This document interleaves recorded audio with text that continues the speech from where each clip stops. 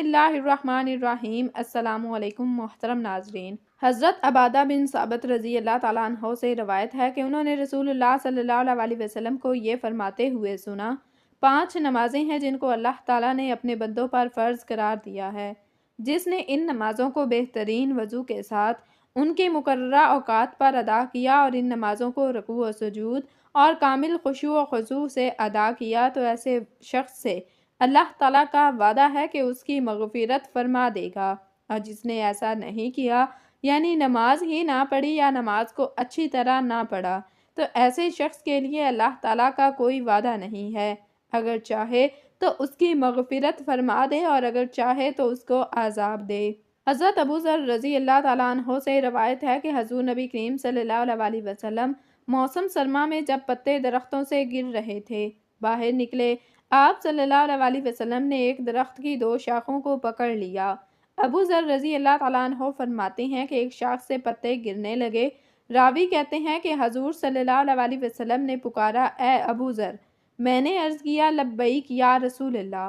हज़ूर सल्लल्लाहु अलैहि वसल्लम ने फरमाया कि मुसलमान बंदा जब नमाज इस मकसद से पढ़ता है कि उसे अल्लाह ताला की रज़ा हासिल हो जाए तो उसके गुनाह इस तरह झड़ जाते हैं जिस तरह ये पत्ते दरख्त से झड़ रहे हैं। नमाज अदा करने की अहमियत और फजीलत का अंदाज़ा इससे लगाया जा सकता है कि कुरान मजीद में तकरीबन 70 मकामात पर नमाज का जिक्र आया है। दर्ज झैल हदीस मुबारका में नमाज की फजीलत बयान की गई है। बेशक जो लोग ईमान लाए और उन्होंने नेक अमाल किए और नमाज कायम रखी और ज़कात देते रहे, उनके लिए उनके रब के पास उनका अजर है और उन पर आखिरत में ना कोई खौफ होगा और ना वो रंजीदा होंगे। नाजरीन, आज आपके सामने नमाज से मुतल्लक बहुत अहम मालूमात आपके सामने पेश करने जा रही हूँ। मोहतरम नाजरीन, कज़ा नमाज़ें कैसे पढ़ें, यानी अगर किसी को बहुत ज़्यादा नमाज़ें कज़ा हो चुकी हों तो अब वो इन नमाज़ों को पढ़ना चाहते हैं, तो इन नमाज़ों को पढ़ने का आसान तरीका क्या है, इस मसले को ध्यान से सुनने की ज़रूरत है। उम्मीद करते हैं कि ये वीडियो सुनकर आपको बहुत ज़्यादा फ़ायदा हासिल होगा। सबसे पहले तो ये जान लीजिए कि जिसने कभी भी नमाज ना पढ़ी, अब उसे तौफीक नसीब हो रही है और अगर इन कज़ा नमाज़ों को पढ़ना चाहता है तो जब से वो बालिग हुआ है उस वक्त से नमाज़ों का हिसाब लगाए और जितनी नमाज़ें उसकी कज़ा हैं, अगर वो इन तमाम नमाज़ों को अदा करना चाहता है लेकिन उसे बालिग होने की तारीख़ याद नहीं है, उसे मालूम नहीं है कि कब वो बालिग हुआ था, तो फुक़हा किराम फरमाते हैं कि एहतियात इसी में है। अगर औरत है तो फिर 9 साल से और अगर मर्द है तो फिर 12 साल से बलोगत का हिसाब लगाए और फिर उसी हिसाब से जितने सालों की कज़ा नमाज़ें उसके ऊपर हैं इन तमाम नमाज़ों को अदा करे। और दूसरी बात ये भी याद रखने के काबिल है, कज़ा नमाज हर रोज़ की 20 रकतें होती हैं, यानी कज़ा नमाज़ों में सुन्नत और नवाफिल की कज़ा नहीं होती, सिर्फ फ़र्ज़ों की और वितर की ही कज़ा की जाती है। यानी फ़जर के 2 फ़र्ज़, ज़ोहर के 4 फ़र्ज़, असर के 4 फ़र्ज़, मगरिब के 3 फ़र्ज़ और इशा के 4 फ़र्ज़ और 3 वितर उनकी कज़ा की जाए तो उसके अलावा बाकी जो सुन्नतें हैं और नवाफिल हैं उनकी कज़ा नहीं की जाएगी। वो कज़ा नमाज की नीयत कैसे करनी है? नीयत कहते हैं दिल के पुख्ता इरादे को, लेकिन अगर ज़बान से कहना चाहें तो फिर इस तरह से भी कह सकते हैं कि मैं नीयत करती हूँ या करता हूँ।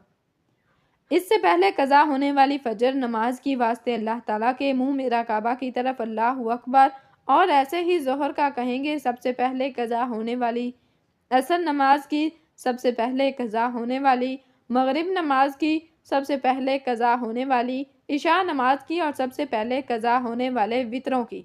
यानी जब भी नियत करेंगे इसी वक्त यही कहेंगे कि सबसे पहले जो कज़ा होने वाली है, जो नमाज हम अदा कर लेते हैं वो हमारे सर से उठ जाती है, इससे हम बरी-उज़्ज़मा हो जाते हैं और उसके बाद जो कज़ा होने वाली नमाज होती है वो ही हमारी सबसे पहली कज़ा होने वाली होती है, क्योंकि जो पहली हमारी कज़ा नमाज थी वो हम अदा कर चुके, इससे बरी-उज़्ज़मा हो चुके हैं, तो इसके बाद वाली फिर हमारी सबसे पहली कज़ा नमाज कहलाती है। इस तरीके से हम कज़ा नमाज़ें अदा करेंगे।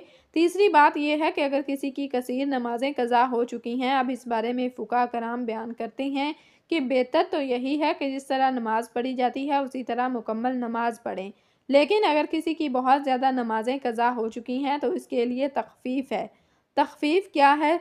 सबसे पहली तख़फ़ीफ़ तो ये है कि रुकू में 3 मरतबा तस्बीह पाई जाती है, सुबहान रब्बियल अज़ीम, तो 3 मरतबा की जगह 1 मरतबा पढ़े, लेकिन ये बात ज़हन में रखे कि जब वो अच्छी तरीके से रुकू में पहुँच जाए तो तब 1 मरतबा तस्बीह पढ़ना भी काफ़ी होगा।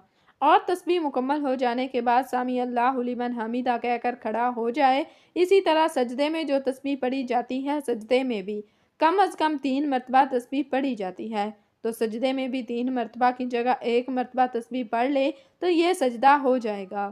مطلب یہ کہ ہر رکوع اور سجدے میں صرف 1 مرتبہ تسبیح پڑھ لے تو کافی ہوگا۔ ایک تخفیف یہ ہوئی۔ دوسری تخفیف، جس طرح 4 رکعت فرض نماز پڑھ رہا ہے، یعنی ظہر ہے، عصر کے ہیں یا عشاء کے ہیں یا مغرب کے 3 فرض ہیں، تو ان میں یہ ہے کہ تیسری اور چوتھی رکعت میں سورۃ فاتحہ پڑھی جاتی ہے، لیکن اگر کسی کی بہت زیادہ نمازیں قضا ہو چکی ہیں تو اس میں تخفیف یہ ہے کہ سورۃ فاتحہ کی جگہ 3 مرتبہ سبحان اللہ پڑھ لے، یعنی سبحان اللہ سبحان اللہ سبحان اللہ پڑھ کر رکوع میں چلا جائے۔ دوسری تخفیف یہ ہو گئی۔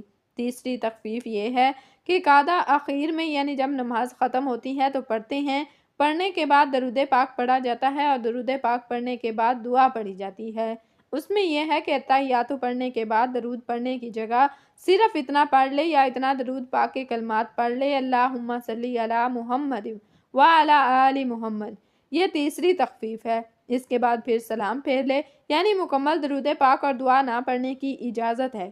یہ تخفیف ہے اس شخص کے لیے جس کی کثیر تعداد میں نمازیں قضا ہوئی ہوں۔ اور چوتھی تخفیف یہ ہے کہ جو وتر نماز ہے، تیسری رکعت میں سورہ ضرور ملانی ہے۔ فرضوں میں تیسری اور چوتھی رکعت میں سورہ کی جگہ 3 مرتبہ سبحان اللہ پڑھ لینا کافی ہے، لیکن وتر کی جو نماز ہے اس میں تیسری رکعت میں سورۃ فاتحہ بھی پڑھی جائے گی اور دوسری سورت بھی ملانی ضروری ہے۔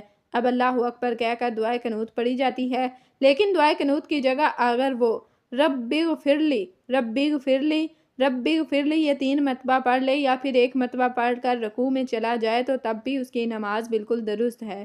قضا نمازوں کے لیے اس تخفیف کے ساتھ اگر نماز پڑھیں گے تو آپ کی جو بھی بہت زیادہ قضا نمازیں ہو چکی ہیں وہ بہت جلد ادا ہو جائیں گی۔ فقہاء کرام بیان کرتے ہیں کہ اس طریقے سے اس تخفیف کا فائدہ اٹھا کر جس شخص کی زیادہ قضا نمازیں ہو چکی ہیں وہ اپنی نمازوں کو جلد ادا کر کے فرائض سے بری الذمہ ہو جائے۔ اور یاد رکھیے، قضا نمازوں کے ساتھ ساتھ توبہ کرنا ضروری ہے، کیونکہ نمازیں جو قضا ہوتی ہیں ان کا گناہ ہے تو گناہ سے توبہ کرنا لازمی ہوتا ہے۔ ایک تو نماز ادا کریں گے اور اس کے بعد پھر سچے دل سے توبہ کریں تو اس آسان طریقے سے اپنی قضا نمازوں کو ادا کر کے اللہ کی بارگاہ میں سرخرو ہو جائیں گے۔ اگر کسی شخص نے بلوغت کے کافی عرصہ گزر جانے کے بعد نماز پڑھنا شروع کی یا کبھی پڑھتا ہو اور کبھی چھوڑ دیتا ہو تو اس پر لازم ہے کہ زندگی سے متعلقہ ضروری کاموں کے علاوہ سب کام چھوڑ کر نمازوں کی قضا شروع کر دے۔ وہ اس وقت تک قضا نمازیں ادا کرتا رہے جب تک کہ اس کے غالب گمان کے مطابق تمام قضا نمازیں ادا نہ ہو جائیں۔ اگر اس دوران اس کو موت آ گئی تو اللہ تعالیٰ کے فضل سے امید ہے کہ اس کی بخشش ہو جائے گی۔ اللہ پاک ارشاد فرماتا ہے، اور جو شخص بھی اپنے گھر سے اللہ اور اس کے رسول صلی اللہ علیہ وسلم کی طرف ہجرت کرتے ہوئے نکلے پھر اسے راستے میں ہی موت آ پکڑے تو اس کا اجر اللہ کے ذمے ثابت ہو گیا، اور اللہ بڑا بخشنے والا مہربان ہے۔ اور اگر کوئی شخص ایسا نہ کر سکے تو اس سے کم درجہ یہ ہے کہ ہر نماز کے ساتھ ایک یا جس قدر ممکن ہو قضا نماز پڑھتا رہے۔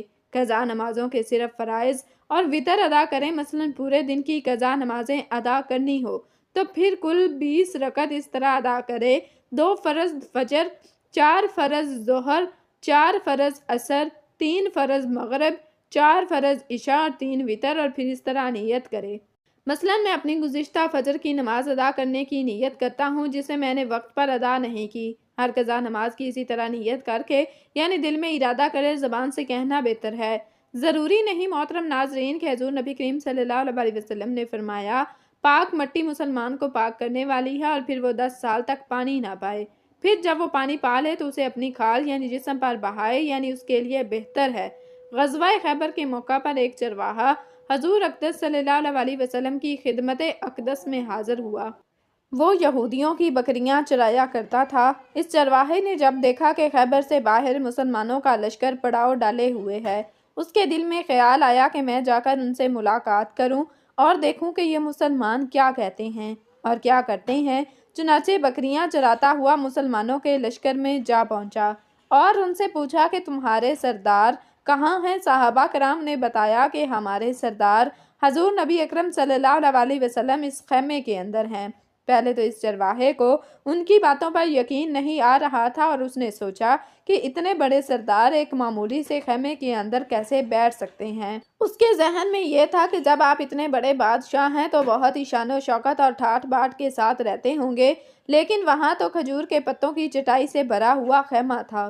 खैर, वो इस खेमे के अंदर आप सल्लल्लाहु अलैहि वसल्लम से मुलाकात के लिए दाखिल हुआ और आपसे मुलाकात की और पूछा कि आप क्या पैगाम लेकर आए हैं और किस बात की दावत देते हैं। हजूर अक़दस सल्लल्लाहु अलैहि वसल्लम ने उसके सामने इस्लाम और ईमान की दावत रखी और इस्लाम का पैगाम दिया। उसने पूछा कि अगर मैं इस्लाम की दावत कबूल कर लूँ तो मेरा क्या अंजाम होगा और क्या रुतबा होगा।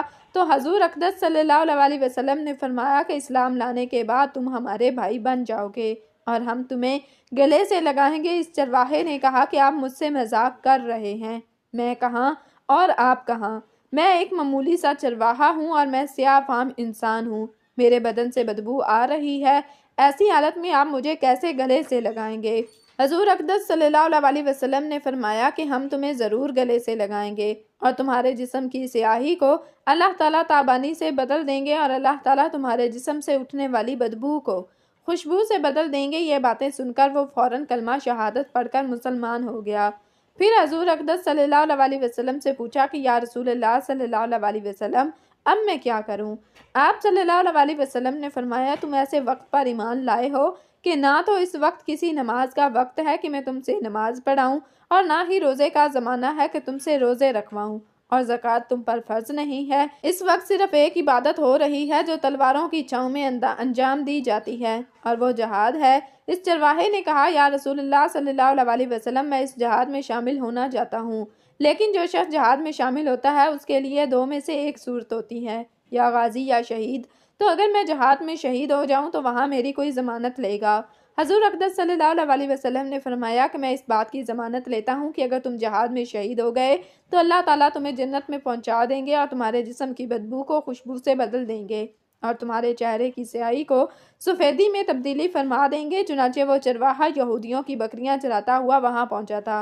इसलिए हजूर अक़दस सल्लल्लाहु अलैहि वसल्लम ने फरमाया कि तुम जो बकरियां लेकर आए हो उनको जाकर वापस करो, इसलिए कि ये बकरियां तुम्हारे पास अमानत हैं। इससे अंदाज़ा लगाएं कि जिन लोगों के साथ जंग हो रही है, जिनका मुआसरा किया हुआ है, उनका माले गनीमत है, लेकिन चूंकि वो चरवाहा बकरियां मुआहदे पर लेकर आया था, इसलिए आपने हुक्म दिया कि पहले वो बकरियां वापस करके आओ, फिर आकर जहाद में शामिल होना। चुनाचे इस चरवाहे ने जाकर बकरियां वापस की और वापस आकर जहाद में शामिल हो गया और शहीद हो गया। जब जंग खत्म हुई तो हजूर अक़दस सल्लल्लाहु अलैहि वसल्लम लश्कर का जायजा लेने लगे। एक जगह आप सल्लल्लाहु अलैहि वसल्लम ने देखा कि सहाबा कराम का मजमा इकट्ठा है। जब आप करीब पहुंचे तो उनसे पूछा कि क्या बात है। सहाबा ने फरमाया कि जो लोग जंग में शहीद हो गए हैं उनमें से एक आदमी ऐसा भी है जिसको हम में से कोई नहीं पहचानता। जब आप सल्लल्लाहु अलैहि वसल्लम ने देखा तो फरमाया कि तुम इस शख्स को नहीं पहचानते, मगर मैं इस शख्स को पहचानता हूँ, ये चरवाहा है और ये वो अजीब व गरीब बंदा है जिसने अल्लाह की राह में एक भी सजदा नहीं किया, और मैं इस बात की गवाही देता हूँ कि अल्लाह ताला ने सीधा इसको जन्नतुल फिरदौस में पहुँचा दिया है और मेरी आंखें देख रही हैं कि मलाइका उसको गुस्ल दे रहे हैं और इसकी स्याही सफ़ेदी में तब्दील हो रही है और उसकी बदबू खुशबू से तब्दील हो गई है। नाजरीन, अंदाज़ा करें और देखें कि अगर कुछ अर्सा पहले चरवाहे को मौत आ जाती तो सीधा जहन्नुम में चला जाता। अब इस हालत में मौत आई कि ईमान ला चुका है और सरकार दो आलम सल्लल्लाहु अलैहि वसल्लम का गुलाम बन चुका है। नाजरीन, नमाज के लुग़वी मानी दुआ के हैं और कुरान में अल्लाह ताला इरशाद फरमाता है, ऐ पैगंबर, इन लोगों के अमवाल में से सदका वसूल करो जिसके ज़रिए तुम उन्हें पाक कर दोगे और उनके लिए बाइसे बरकत बनोगे और उनके लिए दुआ करो, यकीनन तुम्हारी दुआ उनके लिए सरापा तस्कीन है और अल्लाह हर बात सुनता और सब कुछ जानता है। जबकि फरमाने नबवी है, जब तुम में से किसी को दावत दी जाए तो वो उसे कबूल कर ले, फिर अगर वो रोज़े से हो तो दुआ करे और अगर रोज़े से ना हो तो खाना खा ले। हशाम बिन हकम ने जाफ़र सादक से सवाल किया कि नमाज का क्या फ़लसफ़ा है कि लोगों को कारोबार से रोक दिया जाए और उनके लिए जहमत का सबब बने। उन्होंने उसके जवाब में फरमाया कि नमाज के बहुत से फ़लसफ़े हैं, उन्हीं में से एक ये भी है कि पहले लोग आज़ाद थे, खुदा और रसूल की याद से गाफिल थे और उनके दरमियान सिर्फ कुरान था। उम्मत मुसलमा भी गुज़िश्ता उम्मतों की तरह थी क्योंकि उन्होंने सिर्फ दीन को इख्तियार कर रखा था और किताब और अंबिया को छोड़ रखा था। اور یہاں تک کہ ان کو قتل کر دیتے تھے۔ نتیجے میں ان کا دین پرانا بے روح ہو گیا اور ان لوگوں کو جہاں جانا چاہیے تھا چلے گئے۔ خداوند عالم نے ارادہ کیا کہ یہ امت دین کو فراموش نہ کرے، لہٰذا اس امت مسلمہ کے اوپر نماز کو واجب قرار دیا تاکہ ہر روز 5 بار حضرت صلی اللہ علیہ وسلم کو یاد کریں اور ان کا اسم گرامی زبان پر پڑھنا ہے اور اس نماز کے ذریعے خدا کو یاد کریں تاکہ اس سے غافل نہ ہو اور خدا کو ترک نہ کر دیا جائے۔ نماز سبب بنتی ہے کہ انسان ہمیشہ خدا کی یاد میں رہے اور اسے بھولے نہیں، نافرمانی اور سرکشی نہ کرے، خشوع و خضوع اور رغبت اور شوق کے ساتھ اپنی دنیاوی اور اخروی حصے میں اضافے کا طلبگار ہو۔ اس کے علاوہ انسان نماز کے ذریعے ہمیشہ اور ہر وقت خدا کی بارگاہ میں حاضر رہے اور اس کی یاد سے سرشار رہے۔ نماز گناہوں سے روکتی ہے اور مختلف برائیوں سے منع کرتی ہے۔ سجدے کا فلسفہ غرور، تکبر، خودخواہی اور سرکشی کو خود سے دور کرنا اور خدائے وحدہ لا شریک کی یاد میں رہنا اور گناہوں سے دور رہنا ہے۔ آپ صلی اللہ علیہ وسلم کی امت میں سے ہر اس شخص کے کبیرہ گناہوں کی بخشش جس نے اللہ کے ساتھ شرک نہ کیا ہو۔ اللہ تبارک و تعالیٰ نے ہر چیز کا حکم زمین پر وحی کے ذریعے نازل فرمایا، لیکن نماز ایک ایسا اہم فریضہ اور عظیم الشان تحفہ ہے کہ جس سے اللہ تعالیٰ نے وحی کے ذریعے زمین پر نہیں بلکہ پیغمبر خیر الورا کو آسمانوں کی بلندیوں پر بلا کر عطا فرمایا۔ اس واقعے سے نماز کی اہمیت اور عظمت ظاہر ہوتی ہے۔ دین اسلام کے 5 اراکین میں سے نماز ایک اہم رکن ہے۔ نماز کو آنکھوں کی ٹھنڈک قرار دیا گیا۔ نماز مومن بندے اور کافر میں تمیز کرنے والی کسوٹی ہے۔ نماز سے دلوں کو سکون و اقرار حاصل ہوتا ہے۔ نماز قرب الہی کا بہت بڑا ذریعہ ہے۔ قیامت کے دن سب سے پہلے پرچہ اور لازمی سوال نماز کا ہوگا۔ اس پیپر میں کامیاب ہونے والا باقی تمام امتحانی پرچوں میں کامیاب قرار پائے گا۔ اس میں ناکامی پر عذاب الہی کا موجب بنے گا۔ آپ صلی اللہ علیہ وسلم جب واپس آتے ہوئے جناب حضرت موسیٰ کلیم اللہ کے پاس سے گزرنے لگے تو انہوں نے پوچھا کہ اللہ تعالیٰ نے آپ کو کیا حکم دیا ہے؟ آپ نے فرمایا کہ اللہ تعالیٰ نے میری امت پر ہر دن اور رات میں 50 نمازیں فرض کی ہیں۔ حضرت موسیٰ نے کہا کہ آپ کی امت ہر دن رات میں 50 نمازیں پڑھنے کی طاقت نہیں رکھتی، لہٰذا رب تعالیٰ کے پاس جاؤ اور تخفیف کروا لو، کیونکہ میں نے بنی اسرائیل کو آزمایا ہے اور اس تجربے کی روشنی میں کہتا ہوں کہ آپ کی امت اس کی طاقت نہیں رکھتی۔ نبی صلی اللہ علیہ وسلم فرماتے ہیں کہ میں دوبارہ سے سدرۃ المنتہا کے پاس گیا اور اللہ تعالیٰ سے نماز کم کرنے کی درخواست کی تو اللہ رب العزت نے 5 نمازیں کم کر دیں۔ پھر حضرت موسیٰ علیہ السلام کے پاس سے گزر ہوا تو انہوں نے کہا کہ یہ بھی زیادہ ہیں، کم کروا لو۔ تو رسول اللہ صلی اللہ علیہ وسلم فرماتے ہیں کہ میں بار بار تخفیف کی گزارش کرتا رہا، آخر اللہ تعالیٰ نے فرمایا آپ کی امت 5 نمازیں پڑھا کریں تو میں اجر 10 کا دوں گا، اور ایک نیکی کا اجر ہمارے ہاں 10 گنا ہے۔ آپ کی امت 5 نمازیں پڑھے گی تو ان کے نامہ اعمال میں 50 درج کی جائیں گی، یعنی 50 نمازوں کا جو ثواب ملے گا، پڑھنے میں 5 اور ثواب کے لحاظ سے 50۔ نبی رحمت صلی اللہ علیہ وسلم نے اس موقع پر ارشاد فرمایا کہ جو نیکی کا ارادہ کرے اس کے لیے نیکی کرنے سے پہلے ہی ایک نیکی لکھ دی جاتی ہے۔ سبحان اللہ۔ ناظرین غور فرمائیں کہ 5 نمازیں پڑھیں گے اور اجر 50 کا ملے گا۔ آج کتنے لوگ ہیں جو نماز پڑھتے ہیں؟ اگر میں یوں کہوں تو بجا ہوگا کہ 5% مسلمان نمازی ہیں، لیکن ہم معراج بڑی دھوم دھام سے مناتے ہیں، کھانے اعلیٰ سے اعلیٰ قسم کے پکتے ہیں، جلوس نکالے جاتے ہیں، مسجدوں، مزاروں، سرکاری اور غیر سرکاری اداروں اور عمارتوں پر چراغاں کیا جاتا ہے، کوئی روزہ رکھتا ہے تو کوئی رات کا قیام کرتا نظر آتا ہے، حالانکہ شریعت محمدیہ میں ان رسومات کا کوئی ثبوت نہیں۔ معراج کی اصل روح یعنی نماز سے ہم غافل ہیں۔ جس چیز کا ثبوت نہیں اس کا اہتمام کیا جاتا ہے اور جس چیز کے کرنے کا حکم دیا گیا اس کی پرواہ نہیں۔ نماز مومن کی جانب سے اللہ کا تحفہ ہے اور اس کی قدر کریں۔ غور فرمائیں کہ ہمارا کوئی عزیز رشتہ دار ہمارے گھر تحفہ لے کر آئے، ہم اسے قبول نہ کریں یا قدر نہ کریں تو وہ ہمارے ساتھ تعلقات ختم کرنے کو تیار ہو جاتا ہے۔ کیا رب العالمین کا ہم پر اتنا بھی حق نہیں کہ ہم نماز پڑھ کر اس کے تحفے کو قبول کریں؟ جو لوگ نماز نہیں پڑھتے ان کے بارے میں سخت وعیدیں سنائی گئی ہیں، جن میں سے چند ایک یہ ہیں۔ نمبر 1، نماز چھوڑنا کفر ہے۔ نمبر 2، جس شخص کی عصر کی نماز فوت ہو گئی اس کا گھر اور مال تباہ و برباد ہو گیا۔ نمبر 3، جو 5 نمازوں کی حفاظت نہیں کرتا وہ قیامت کے دن فرعون، قارون، ابن ابی خلف کے ساتھ ہوگا۔ نماز 4 مسلمان بندے اور کفر کے درمیان فرق نماز کا چھوڑنا ہے۔ ان حدیث کی روشنی میں ہمیں پتہ چلتا ہے کہ نماز چھوڑنا کتنا بڑا سنگین جرم ہے۔ نماز کا چھوڑنا اللہ کے تحفے کی ناقدری اور قبول نہ کرنے کے مترادف ہے۔ نماز چھوڑنا اور اللہ اور اس کے رسول صلی اللہ علیہ وسلم کے حکم کا انکار ہے۔ میرے خیال میں جہاں عوام نماز چھوڑنے میں مجرم ہے وہاں حکمران بھی پیچھے نہیں۔ ترک نماز کا کوئی بھی عمل اللہ کے ہاں قابل قبول نہیں، نہ حج قبول، نہ قربانی قبول، نہ روزے قبول، نہ صدقہ خیرات قبول، یہاں تک کہ شب معراج کا قیام کرنے والے کو روزہ رکھنے سے کوئی فائدہ نہیں ہوگا۔ ناظرین، اللہ تعالیٰ سے دعا ہے کہ اللہ تعالیٰ ہمیں حضور نبی کریم صلی اللہ علیہ وسلم کے نقش قدم پر چلنے کی توفیق عطا فرمائے، ہمیں 5 وقت کا نمازی بنائے اور ہمارا خاتمہ بالخیر فرمائے، آمین یا رب العالمین۔